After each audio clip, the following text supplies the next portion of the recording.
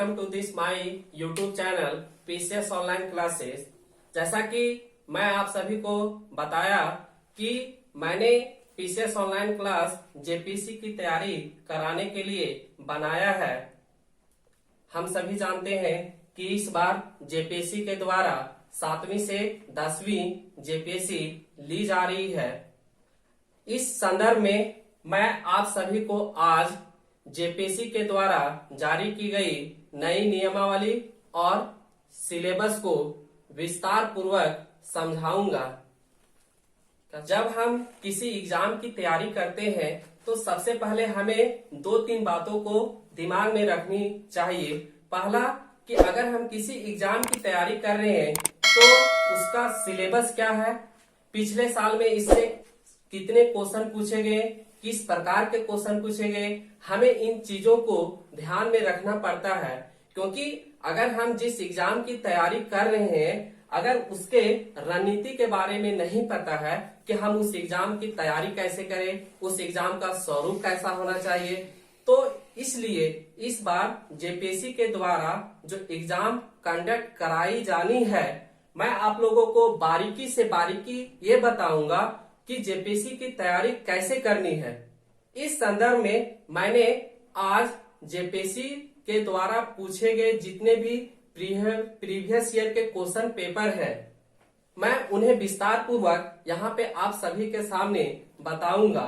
और जेपीसी जो सिलेबस पूछी है, सिलेबस के अनुसार एक एक प्रश्न, एक एक टॉपिक, एक एक शब्द को आप सभी के समक्ष विस्तार से बताऊंगा। ये जरूरी है कि अगर हम एग्जाम की तैयारी करते हैं तो सबसे पहले हमें सिलेबस को ध्यान में रखना जरूरत है, सिलेबस और क्वेश्चन बैंक, क्योंकि ये दोनों चीज ऐसी है जो हमें किसी भी परीक्षा की तैयारी का एक अच्छा जरिया बनती है, मार्गदर्शक बनती है।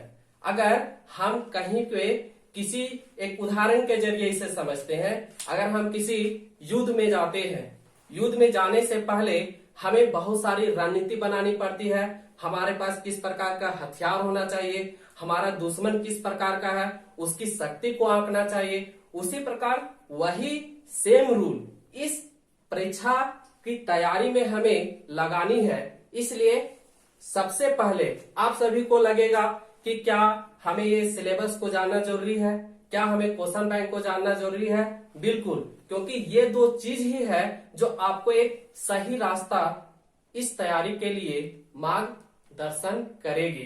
तो इसलिए मैंने सबसे पहले प्रारंभिक परीक्षा का जो पाठ्यक्रम है उसके बारे में बताने का प्रयास किया है।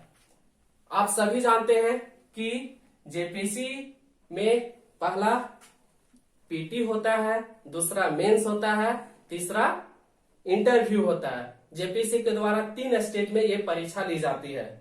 तो एक एक करके हम इसके सिलेबस के बारे में समझेंगे, बारीकी से देखेंगे कि किस प्रकार का प्रश्न पूछा गया है।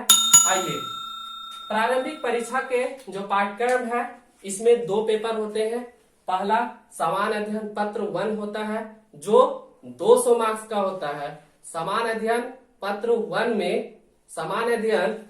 1 में इसमें है से जो history of India, geography of India, economy of India, political situation in India, इन सारी चीजों के बारे में यहाँ सामान्य अध्ययन 1 में बताया गया है। और इसमें टोटल मार्क्स 200 का है, 200 का टोटल मार्क्स है। दूसरा सामान्य अध्ययन पत्र 2 जो कि पूरी तरह से झारखंड के विषय से संबंधित है। एक चीज मैं यहाँ पे आप सभी को ये बता देना चाहता हूँ कि इस बार जो जेपीसी के द्वारा नई नियमावली बनाई गई है उसमें ये कहा गया है कि आप सभी को सामान्य अध्ययन पत्र 1, सामान्य अध्ययन पत्र 2 दोनों को मिलाकर 40% आपको मार्क्स लाना कंपलसरी है। पहले क्या होता था, 2016 में जब ये परीक्षा ली जाती थी तो पेपर 1 और पेपर 2 दोनों को मिलाकर सेपरेट बाय सेपरेट 40% लाना कंपलसरी होता था। लेकिन इस बार नई नियमावली के तहत इसमें 40% दोनों को कंबाइंड करके कर दिया गया। अब इसमें हम सभी इसमें समान अध्ययन पत्र 2 है, इसे मैं बारीकी से आपको समझाऊंगा। पहला, जहां अगर आप सिलेबस को देखें, समान अध्ययन पत्र जो पेपर 2 है, इसकी पाठ्यक्रम को आप देखें तो वो पूरी तरह से झारखंड के इतिहास से ही संबंधित है। दोस्तों, मैं अभी समान अध्ययन पत्र 2 जो कि पेपर 2 है, मैं उसके बारे में अभी बताऊंगा। इसका पाठ्यक्रम क्या है, यहाँ पे अगर हम सभी इसका पाठ्यक्रम को देखें तो पहला ऑप्शन है झारखंड का इतिहास। झारखंड का इतिहास, इसमें टोटल प्रश्न 8 पूछे जाएंगे और एक प्रश्न 2 मार्क्स कैरी करता है, इसलिए है से इसमें 16 मार्क्स पूछे जाएंगे। यहाँ पे एक स्टूडेंट, एक एस्पिरेंट होने के नाते हमें ये समझना जरूरी है कि एक एक करके सिलेबस बाय सिलेबस हम एक एक करके इसको कवर करते जाएं, ये हमारे लिए सबसे ज्यादा इम्पोर्टेंट है। होता क्या है कि हम अचानक कोई भी सोर्स उठा लेते हैं और अचानक पढ़ना स्टार्ट कर देते हैं, तो उससे कुछ होता नहीं है। सबसे पहली बात, हमें सिलेबस के अकॉर्डिंग ही चलनी है। आप जैसे आप कभी YouTube में इंटरव्यू में देखे होंगे यूपीएससी का, कि उसमें टॉपर्स लोग क्या करते हैं, टॉपर्स लोग यही कहते हैं कि आप सभी को 2 चीजों पे ज्यादा ध्यान देने की जरूरत है। पहला रिसोर्सेस, पहला क्या है, रिसोर्सेस, एंड दूसरा क्या है, सिलेबस। ये 2 चीजें बहुत ही कंपलसरी है किसी भी स्टूडेंट को कॉम्पिटिटिव एग्जाम तैयारी करने के लिए। तो पहला, मैं यहाँ पे सिलेबस के बारे में बता रहा हूँ, तो सिलेबस को बारीकी से देखना है, बारीकी से उसे एक एक करके कंप्लीट करते जाना है, सीक्वेंस बाय सीक्वेंस। यहाँ पे पहला, मुंडा शासन व्यवस्था। मुंडा शासन व्यवस्था, जो इससे कितने मार्क्स का पूछे जाएंगे, 1 प्रश्न पूछे जाएंगे। 1 प्रश्न मीन्स 2 मार्क्स, 1 प्रश्न मीन्स 2 मार्क्स। अब यहाँ पे एक सवाल यहाँ पे उठता है कि जो मुंडा शासन व्यवस्था है, तो मुंडा शासन व्यवस्था में किस प्रकार के सवाल पूछे जाएंगे, मुंडा शासन व्यवस्था में जो सवाल पूछे जाएंगे उसका स्वरूप कैसा होगा, तो हमें इस चीज को देखना है। तो अचानक ये नहीं कि हम मुंडा शासन व्यवस्था से 1 प्रश्न पूछे गया 2016 के पीटी में, पढ़ा पंचायत शासन व्यवस्था से 1 प्रश्न पूछा गया, नागवंशी शासन व्यवस्था से 1 प्रश्न पूछा गया,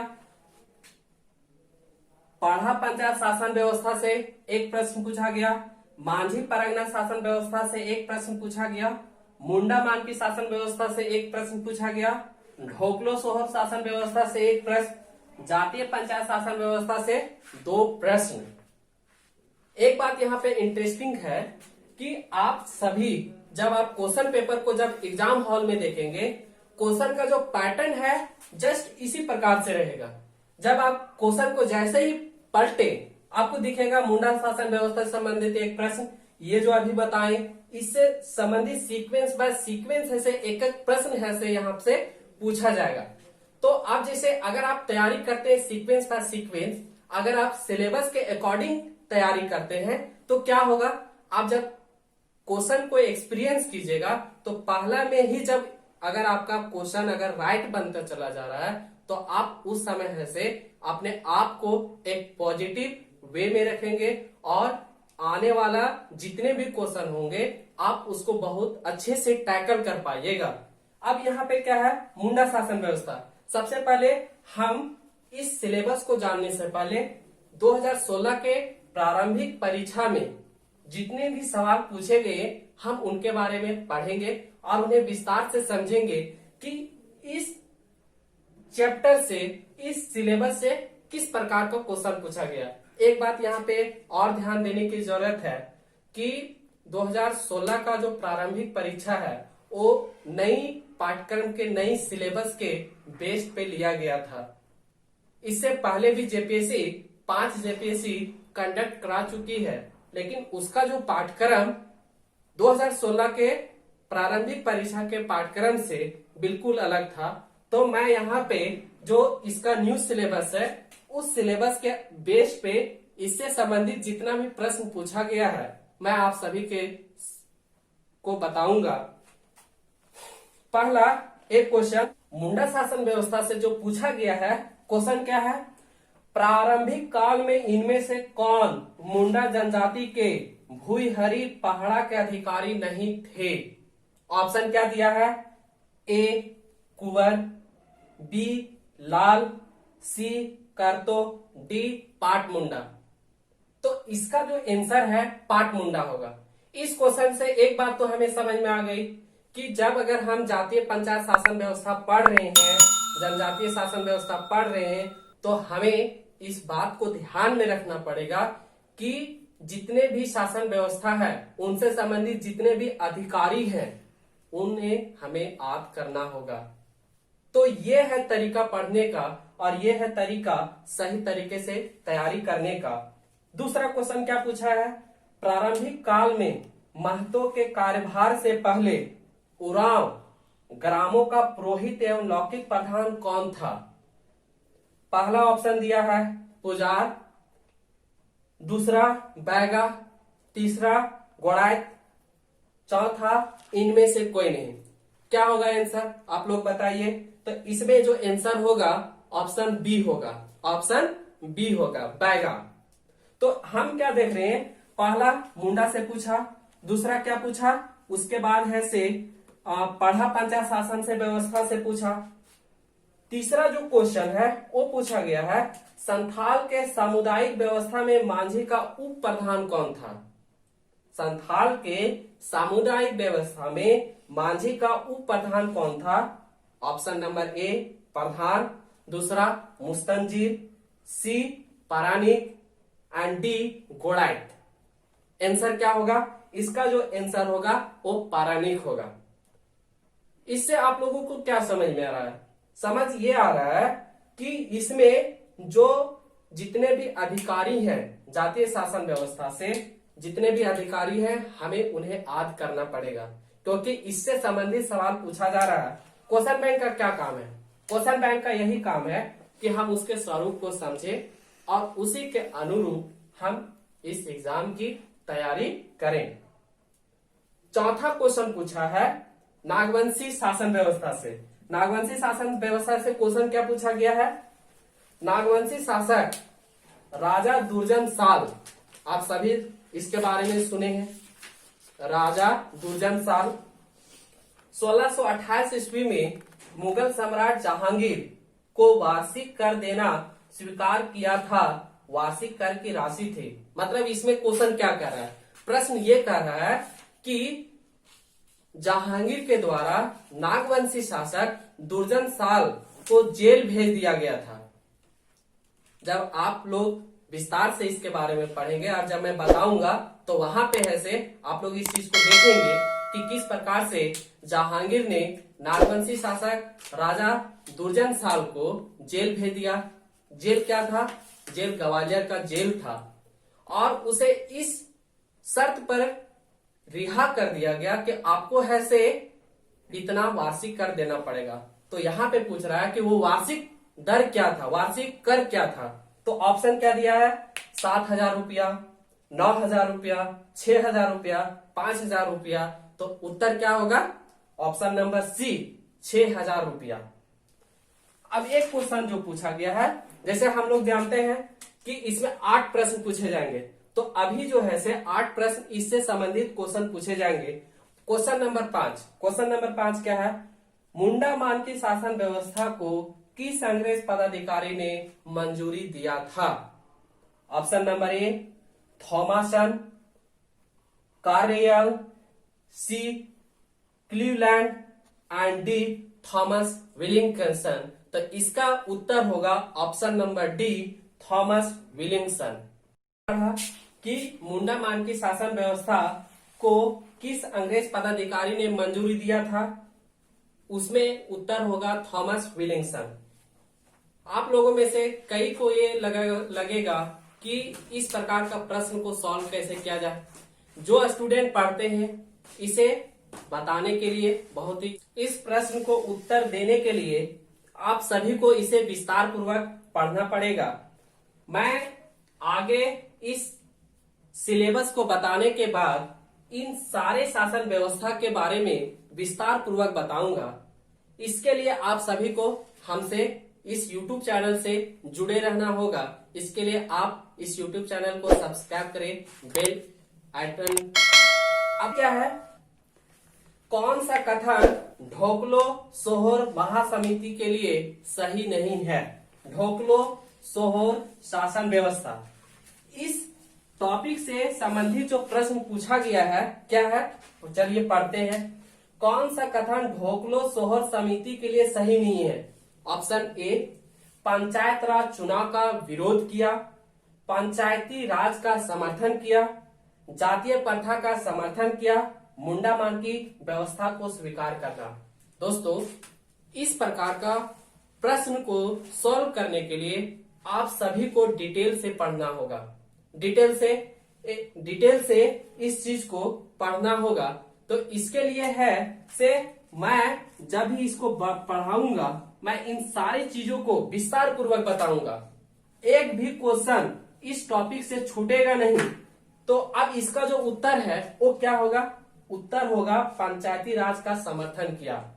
आप लोगों में से बहुत सारे को लगेगा कि इस बार जो जेपीसी में जो क्वेश्चन पूछा जाएगा वो फैक्चुअल होगा, डिस्क्रिप्टिव होगा, लेकिन मैं आपको बता दूं कि हम सभी को दोनों तरीके से तैयार होना पड़ेगा। एक फैक्चुअल तरीके से भी और दूसरा डिस्क्रिप्टिव तरीके से भी हमें तैयार रहना पड़ेगा।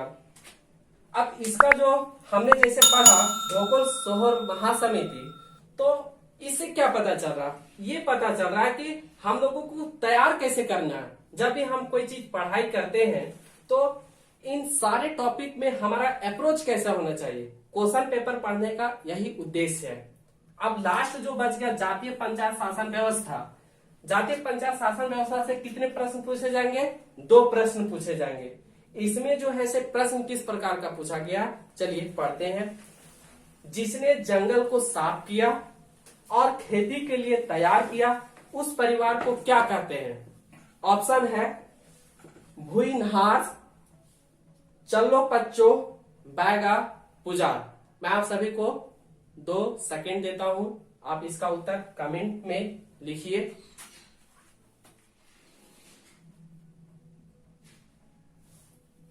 चलिए, इसका आंसर ए भुइंहार, इसका आंसर होगा भुइंहार। अब एक प्रश्न और जातीय पंचायत शासन व्यवस्था से पूछा गया है कि ग्रामीण शासकीय व्यवस्था में बैगा का क्या कार्य है। जब आप सभी जनजातीय शासन व्यवस्था पढ़ेंगे, जनजाति के बारे में पढ़ेंगे, तो वहां बहुत सारे ऐसे पदाधिकारी मिलेंगे। बैगा मिलेंगे, महतो मिलेंगे, पुजार मिलेंगे। इन सभी लोगों का जो कार्य है अलग अलग हुआ करता था। तो इसमें जो पूछा है कि बैगा का क्या कार्य है, ऑप्शन है ए ग्रामीण नेताओं को शांत करना, ग्राम सेवक को काम करना, बढ़ई का काम करना, लोहार का काम करना। उत्तर क्या होगा? उत्तर होगा ग्रामीण नेताओं को शांत करना, ग्रामीण नेताओं को शांत करना। तो हमने क्या देखा दोस्तों कि इसमें जो झारखंड के इतिहास का जो पहला जो टॉपिक है झारखंड के इतिहास, जिसमें टोटल 8 प्रश्न पूछे जाएंगे। 8 प्रश्न मतलब 16 मार्क्स पूछे जाएंगे।